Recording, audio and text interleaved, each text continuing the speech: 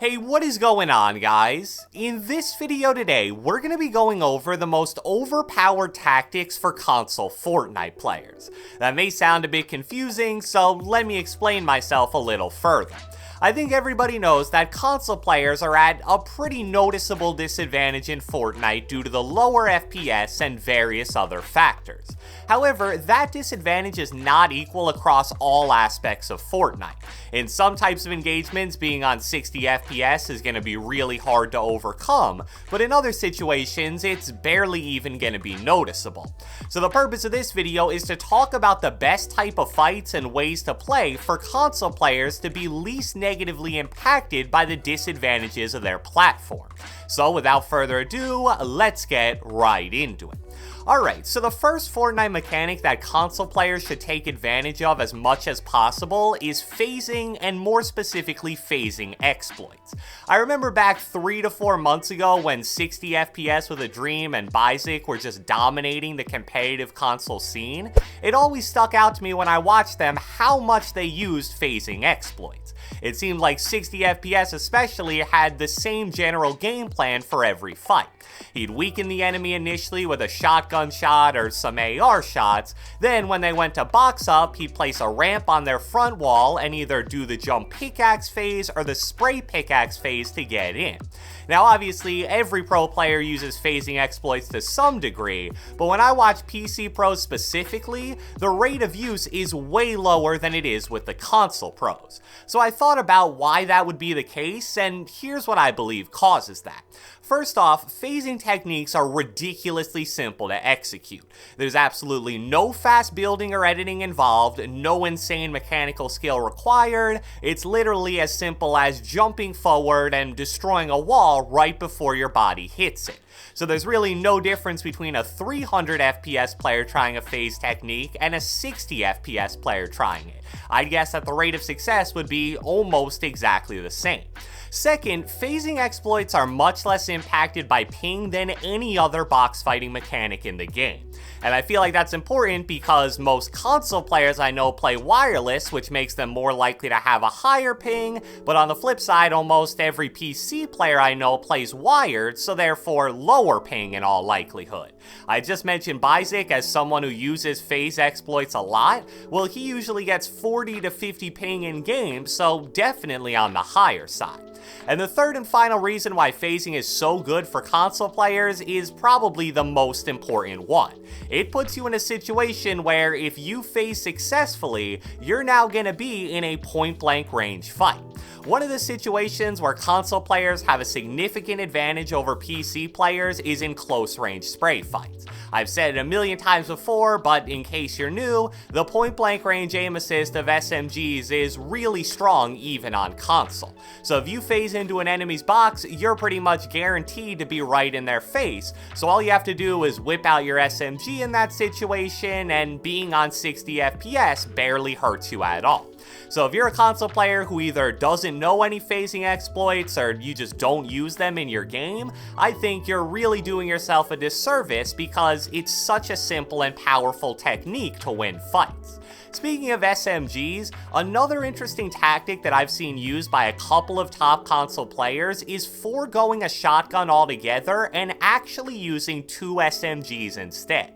Now, 2 SMGs definitely isn't for everybody. I actually tried it out towards the beginning of the season and I was kind of 50-50 on it, but I can definitely understand the appeal of not using a shotgun right now since they're pretty much the worst they've ever been, especially for console players. And one of the main reasons for this is something that was recently discovered by someone on Twitter a few days ago. For some reason, aim assist on the charged shotgun is basically non-existent at close range, even when you get it to full charge. Now, to be fair, outside of point-blank range, shotgun aim assist has always been kinda weak, but with the charge, it literally looks like there isn't any aim assist at all.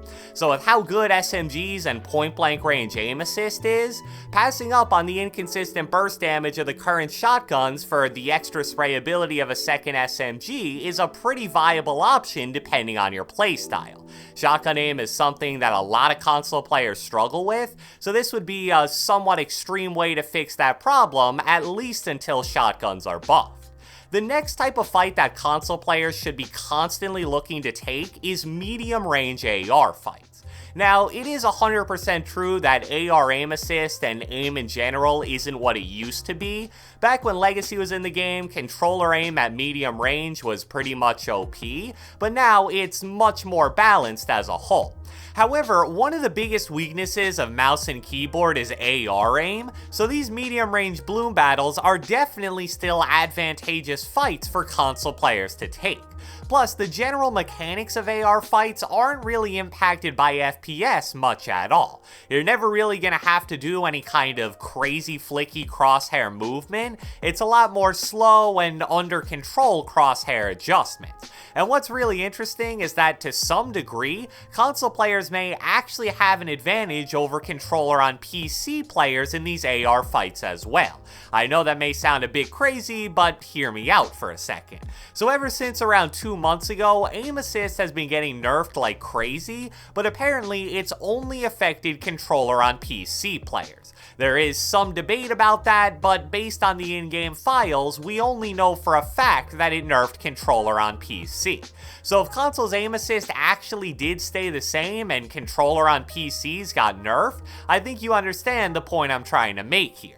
Don't get me wrong, I'm sure the extra FPS does help with aim to some degree, but with the aim assist nerfs, the gap between controller on PC and console when it comes to AR aim is probably the smallest it's ever been. And beyond just mid-range fights, another interesting type of playstyle that console players can easily have success with is using a sniper. The snipers that are in the game right now are actually really strong.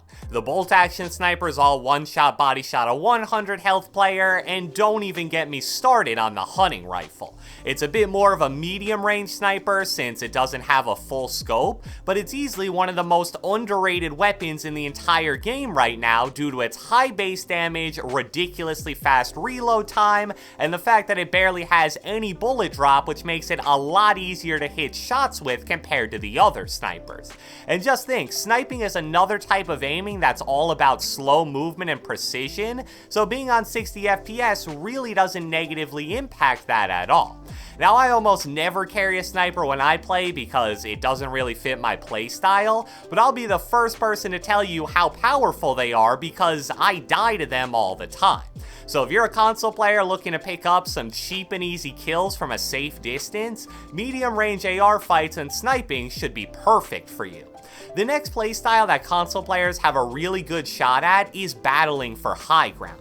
Although certain advanced building techniques are definitely a bit more difficult to do on lower FPS, the bread and butter of building for high ground is very console friendly. Techniques like 90s, ramp rushes, and side jumps don't really require any kind of insanely difficult movements that just aren't possible on 60 FPS. Another big advantage to going for and winning high ground if you play on console is that it makes you much less likely to get into edit fights. It's no secret that the type of fight that favors PC players the most are edit or box fights. But if you can get high ground at the start of a fight, however, you now totally control how the rest of it's gonna go, and therefore you can avoid those situations at all costs. And just think, most of the time when you get high ground at the start of a fight, the enemy will immediately box up, so then what you can do is drop down to their front wall, and now you're in a perfect position to phase into their box, which, as we talked about earlier, is such a great mechanic for console players to take advantage of. Another area of Fortnite where console players can be really successful is in early game spawn fights. There's a reason why controller players have a reputation for landing at hot drop locations even in competitive. Think all the way back to Nick Merckx and Aiden in Tilted, 60 FPS with a Dream at the Sharp, Wolfies and Lecce at the Agency, and many, many more. Since early game fights usually take place in a very small area and even inside buildings, it largely comes down to your knowledge of the area, your positioning, and your teamwork if you're playing duos, trios, or squads. All those things I just mentioned aren't really affected by being on 60 FPS at all. Plus, since players usually have very little materials off spawn, these fights are going to revolve more around aim than anything else, and as we all know, that's an area where controller and console players really thrive. So I hope you guys enjoyed this video, and if you watched the entire thing, be sure to let me know with a comment down in the comment section below. If you're a console player, what is your favorite type of fight to take or technique to use in Fortnite? Do you like medium range AR fights, build battles for high ground, or anything else? Be sure to leave a like, leave a comment, subscribe, turn on post notifications, do whatever the heck you want, and I will catch you guys next time.